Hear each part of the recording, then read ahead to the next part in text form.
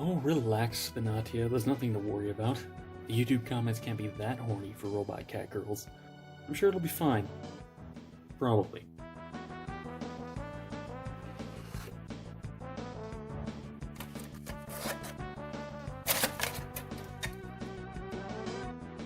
Hello and welcome back to another 30-minute missions review.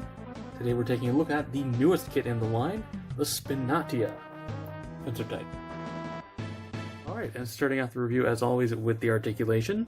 The head is on a ball joint, which has a ton of movement, as well as a full rotation. Can look really far down and also really far up. The shoulder is on a ball joint, so by that far forward, that far back, wiggle around. It's also an outwards hinge, which without any armor can go all the way up. Of course, there's a rotation at the upper bicep and a single jointed elbow for almost a full bend. And as always, the hands are on a ball joint. And moving on to the torso, you get a ball joint in the chest, which also works as a rotation. There's a side-to-side hinge in the waist, giving you a ton of movement there, as well as another ball joint down in the hips.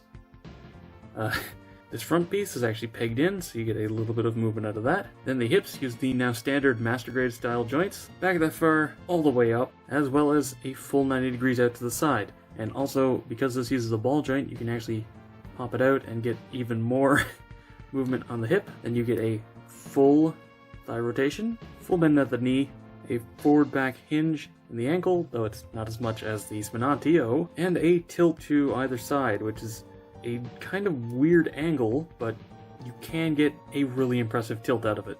So overall, the Spinatia's articulation is excellent. Now, getting into the accessories, let's start off with the hands. You get 2 open hands, 2 closed fists, and an angled holding hand.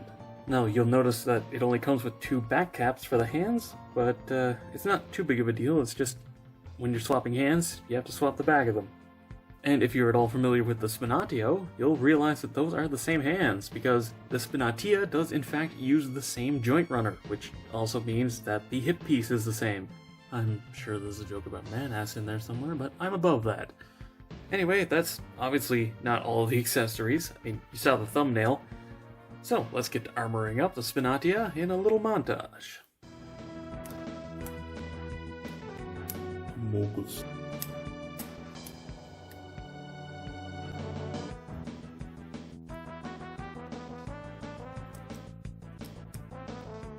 And here we have the Spinatia Fencer type. And the first thing I want to point out is this purple is way darker than the renders. I was expecting a bright purple. This is very much not that.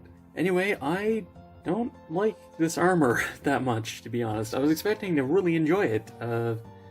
Unfortunately, it has a few issues, which kind of get in the way of me really appreciating it. Number one, which might just be mine, some of the pegs are a bit loose. Especially on the arm and backpack armor. I mean, you try and move these flaps, and yeah, slight issue there. That's more of a tolerance problem, might vary. Another one though is these don't really like to stay on that well, and they get in the way of the weapons. In fact, you see on the actual box art, the hands are turned sideways because that's the only way to get it properly holding the daggers. If you try and push it all the way back, it either brings it back out of the hand, it pops the hand off, or pops this off. I like it aesthetically, but functionally it's just not that great. That said, aesthetically I do really like the armor.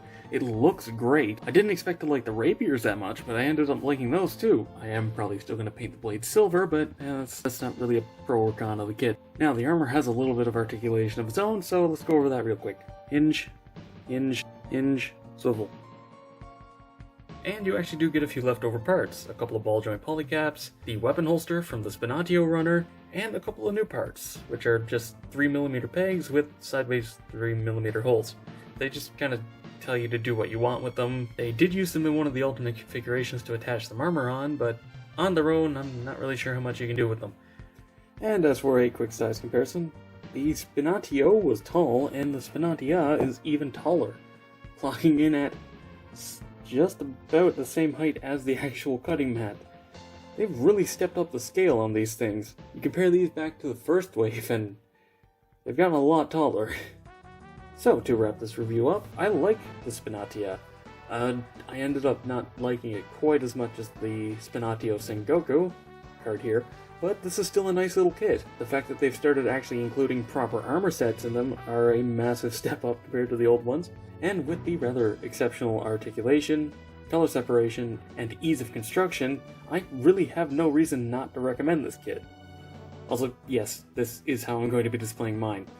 Anyway, that's all for this review. Be sure to let me know what you think down in the comments below. Give the video a thumbs up if you enjoyed it, helps a lot. Subscribe and hit the bell for future reviews. Go follow me on Twitter for updates, and consider supporting me on Patreon so I can keep making reviews just like this one. And as always, until next time, happy building.